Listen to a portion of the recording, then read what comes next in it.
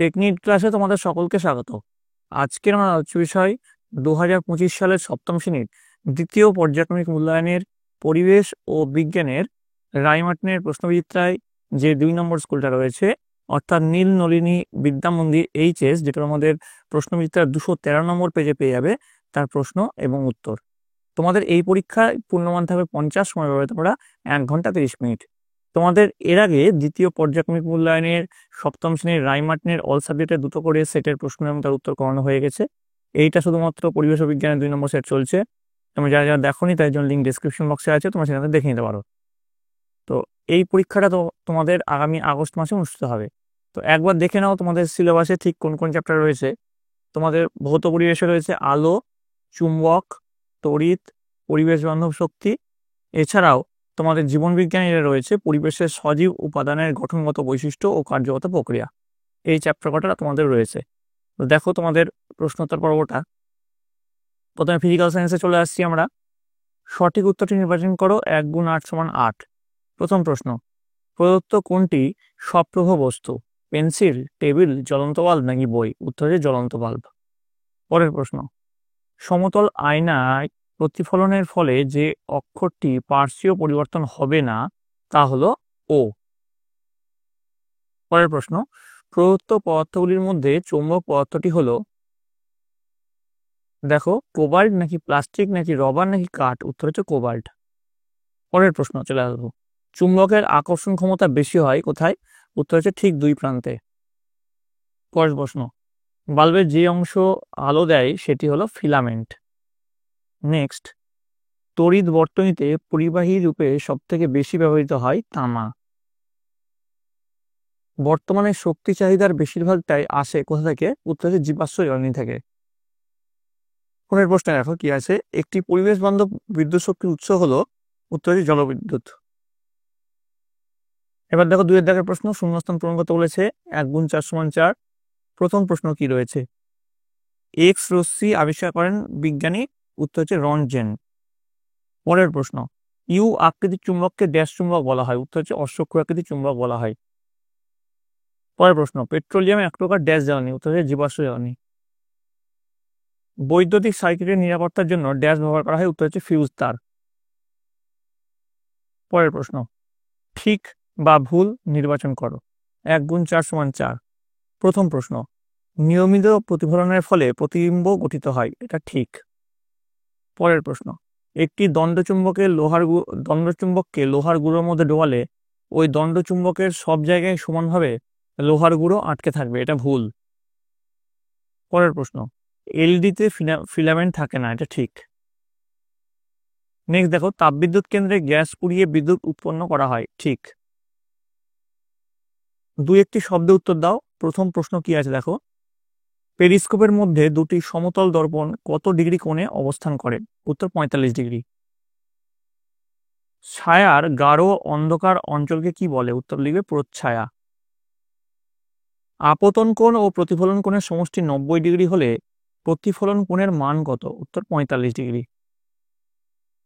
পরের প্রশ্ন, পৃথিবী নিজেই একটি বিরাট চুম্বক, এই কথাটি সর্বপ্রথম কে বলেন? উত্তর লিখবে উইলিয়াম গিলবার্ট। তড়িতে সুপরিবাহী পদার্থের 2টি উদাহরণ দাও। উত্তর লিখবে তামা এবং রূপো। পরের প্রশ্ন, তড়িৎ প্রবাহ বলতে কি বোঝায়? উত্তর লিখবে আধানের প্রবাহ বা ইলেকট্রনের প্রবাহ। পরের প্রশ্ন, একটি তরল জীবাশ্ম জ্বালানির নাম লেখো। উত্তর লিখবে পেট্রোলিয়াম অথবা কেরোসিন, যে কোনো একটা লিখলেই হবে। বায়োগ্যাসের মুখ্য উপাদান কি? উত্তর লিখবে মিথেন। 2 থেকে 3টি বাক্যে উত্তর দাও। 2 × 8 = 16। প্রথম প্রশ্নে চলে যাবো আমরা, আপতন কোণের মান 60 ডিগ্রি হলে প্রতিফলন কোণের মান কত?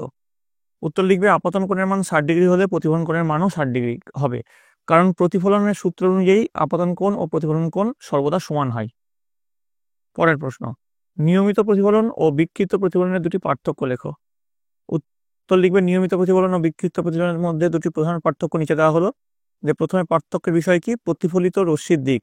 সেক্ষেত্রে নিয়মিত প্রতিফলনের ক্ষেত্রে লিখবে প্রতিফলিত রশ্মিগুলি একটি নির্দিষ্ট দিকে যায় এবং সমান্তরাল থাকে।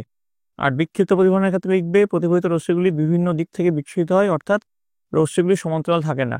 আর যদি পার্থক্যের বিষয় পৃষ্ঠের প্রকৃতি হয়, সেক্ষেত্রে নিয়মিতর ক্ষেত্রে লিখবে মসৃণ ও পালিশ করা পৃষ্ঠে ঘটে যেমন আয়না, আর বিক্ষিপ্ত খসখসে বা অসমতল পৃষ্ঠে ঘটে যেমন কাগজ বা দেওয়াল।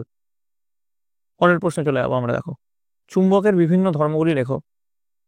তো উত্তর লিখবে, চুম্বকের প্রধান ধর্মগুলি হলো আকর্ষণ ক্ষমতা, দিক নির্দেশক ক্ষমতা এবং মেরু ধর্ম। হ্যাঁ, প্রত্যেকটা ধর্মের সম্বন্ধে এখানে লেখানো হয়েছে, তোমরা একবার দেখে নিও। ঠিক আছে, পরের প্রশ্নে চলে যাবো। কোনো চুম্বকের চুম্বকত্ব কি কি কারণে নষ্ট হয়? উত্তর লিখবে, চুম্বককে গরম করলে বা হাতুড়ি দিয়ে পিটালে অথবা বারবার নিচে ফেলে এর চুম্বকত্ব নষ্ট হয়ে যায়। পরের প্রশ্ন, ফিউজ তারের কার্যনীতি লেখো। ফিউজ তার একটি নির্দিষ্ট গলনাঙ্কের পদার্থ দিয়ে তৈরি হয়। তড়িৎ বর্তনীতে অতিরিক্ত বিদ্যুৎ প্রবাহিত হলে ফিউজ তারটি উত্তপ্ত হয়ে গেলে এবং বর্তনী ছিন্ন করে দেয়। এর ফলে মূল্যবান বৈদ্যুতিক সরঞ্জামগুলি নষ্ট হওয়া থেকে রক্ষা পায়। পরের প্রশ্ন, বৈদ্যুতিক বাল্বের ফিলামেন্ট টাংস্টেন দিয়ে তৈরি হওয়ার কারণ কি? উত্তর লিখবে, বৈদ্যুতিক বাল্বের ফিলামেন্ট টাংস্টেন দিয়ে তৈরি করা হয় কারণ টাংস্টেনের গলনাঙ্ক অত্যন্ত উচ্চ হওয়ায় এটি উচ্চ তাপমাত্রায় সহজেই গলে যায় না এবং উজ্জ্বল আলো বিকিরণ করতে পারে। পরের প্রশ্ন, পরিবেশ বান্ধব শক্তি একেবারের বৈশিষ্ট্য লেখো। উত্তর লিখবে, যে শক্তি ব্যবহারের ফলে পরিবেশের কোনো ক্ষতি হয় না এবং যা অফুরন্ত তাকে পরিবেশ বান্ধব শক্তি বলে।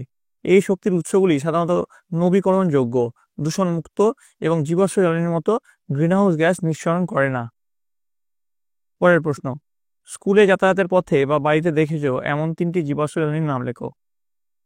1, গাড়িতে পেট্রোল বা ডিজেল ব্যবহার করা হয়। 2, বাড়িতে কেরোসিন ব্যবহার করা হয় আলো জ্বালানোর ক্ষেত্রে বা স্টোভে রান্না করার ক্ষেত্রে। 3 নম্বর, ইটভাটায় বা কারখানায় কয়লা ব্যবহার করা হয় ও তাপ শক্তি উৎপন্নের ক্ষেত্রে। পরেরটা দেখো, লাইফ সায়েন্সে চলে আসছি আমরা। ফিজিক্যাল সায়েন্স পার্ট কমপ্লিট হলো, এবার লাইফ সায়েন্সে দেখো। প্রথমে কি রয়েছে, সঠিক উত্তরটি নির্বাচন করো। 1 গুণ 3 সমান 3। প্রথম প্রশ্ন দেখো, একটি ফুলের সবচেয়ে বাইরের স্তবক হলো। উত্তর লিখবে বৃত্তি। পরের প্রশ্ন, নিষেকের পর ডিম্বাশয় রূপান্তরিত হয় ফলে। পরের প্রশ্ন, একটি একবীজপত্রী বীজের উদাহরণ হলো ধান। ঠিক বা ভুল নির্বাচন করো। বলেছে পর্ব ও পর্বমধ্য উদ্ভিদের কাণ্ডে থাকে, এটা ঠিক। তারপরটা কি আছে দেখো, 2 একটি শব্দে উত্তর দাও। 1 গুণ 2 সমান 2। উদ্ভিদের পাতার প্রধান কাজ কি? উত্তর হচ্ছে সালোক সংশ্লেষ প্রক্রিয়ায় খাদ্য তৈরি করা। একটি সম্পূর্ণ ফুলের 4টি স্তবকের নাম লেখো। উত্তর লিখবে, বৃতি, দলমণ্ডল, পুংস্তবক আর স্ত্রীস্তবক। পরের প্রশ্ন, 2 থেকে 3টে বাক্যে উত্তর দাও, যে কোনো দুটি। 2 গুণ 2 সমান 4। প্রথম প্রশ্নে চলে যাব, উদ্ভিদের মূল আমাদের রোজকার জীবনে কি কি কাজে লাগে? উত্তর লিখবে, উদ্ভিদের মূল থেকে আমরা খাদ্য যেমন আলু, গাজর হিসেবে ব্যবহার করি। এছাড়াও এটি মাটিকে শক্ত করে ধরে রেখে ভূমিক্ষয় রোধে সাহায্য করে এবং কিছু মূল ওষুধ তৈরিতে ব্যবহার করা হয়। পরের প্রশ্ন, স্বপরাগযোগ ও ইতর পরাগযোগ কাকে বলে? উত্তর লিখবে, স্বপরাগযোগ হলো যখন কোনো ফুলের পরাগরেণু সেই একই ফুলের বা একই গাছের অন্য কোনো ফুলের গর্ভমুণ্ডে স্থানান্তরিত হয়। ইতর পরাগযোগ হলো যখন কোনো ফুলের পরাগরেণু একই প্রজাতির অন্য গাছের ফুলের গর্ভমুণ্ডে স্থানান্তরিত হয়। পরের প্রশ্ন, আমকে কেন সরল ফল বলা হয়? আমের গঠনের কয়েকটি অংশ দেখা যায়। উত্তর লিখবে, আমকে সরল ফল বলা হয় কারণ এটি একটিমাত্র ফুলের একটিমাত্র ডিম্বাশয় থেকে উৎপন্ন হয়। আমের গঠনের প্রধানত 3টি অংশ দেখা যায়, ত্বক, শ্বাস এবং আটি। আচ্ছা, তোমাদের এর আগে যে ভিডিওটা আমি করিয়েছি সেখানে তোমাদের আমের ব্যবচ্ছেদ তোমাদেরকে দেখিয়েছি, আমের ছবিটা। তোমরা যদি আমের ছবি দরকার হয় সেই ভিডিও থেকে তোমরা দেখে নিও, ঠিক আছে? তো এই গেল তোমাদের সপ্তম শ্রেণীর দ্বিতীয় পর্যায়ক্রমিক মূল্যায়নের হলিস্টিক প্যাটার্নজি পরিবেশ ও বিজ্ঞানের প্রশ্ন এবং তার উত্তর। তোমার যদি এই ভিডিওটা ভালো লেগে থাকে অবশ্যই একটু লাইক করবে, বন্ধুদের কাছে অনেক অনেক শেয়ার করবে। আর এর পরবর্তীতে তোমরা কোন সাবজেক্টের প্রশ্ন উত্তর চাও সেটা কমেন্টে অবশ্যই জানাবে। কমেন্টে তোমাদের বিদ্যালয়ের নাম এবং কে কোন জায়গা থেকে দেখছো সেটা কিন্তু লিখতে ভুলবে না। আর এই প্রশ্নই যে তোমাদের পরীক্ষায় হুবহু আসবে কোনো মানে নেই, এরকম টাইপের প্রশ্ন আসবে। তোমাদের 2টো সেট করানো হলো, এরপর আরও কটা সেট করাবো। এছাড়াও তোমরা তোমাদের বইয়ের চ্যাপ্টারগুলো ভালো করে খুঁটিয়ে পড়ো। আমি তোমাদের জন্য চ্যাপ্টার ওয়াইজ সাজেশন খুব তাড়াতাড়ি নিয়ে আসছি, সেগুলো ভালো করে দেখো, তাহলে কিন্তু তোমাদের পরীক্ষায় সাফল্য নিশ্চিত। তোমরা সকলে মন দিয়ে ভালো করে পড়াশোনা করো। তোমরা সকলে ভালো থাকো, তোমরা সকলে সুস্থ থাকো।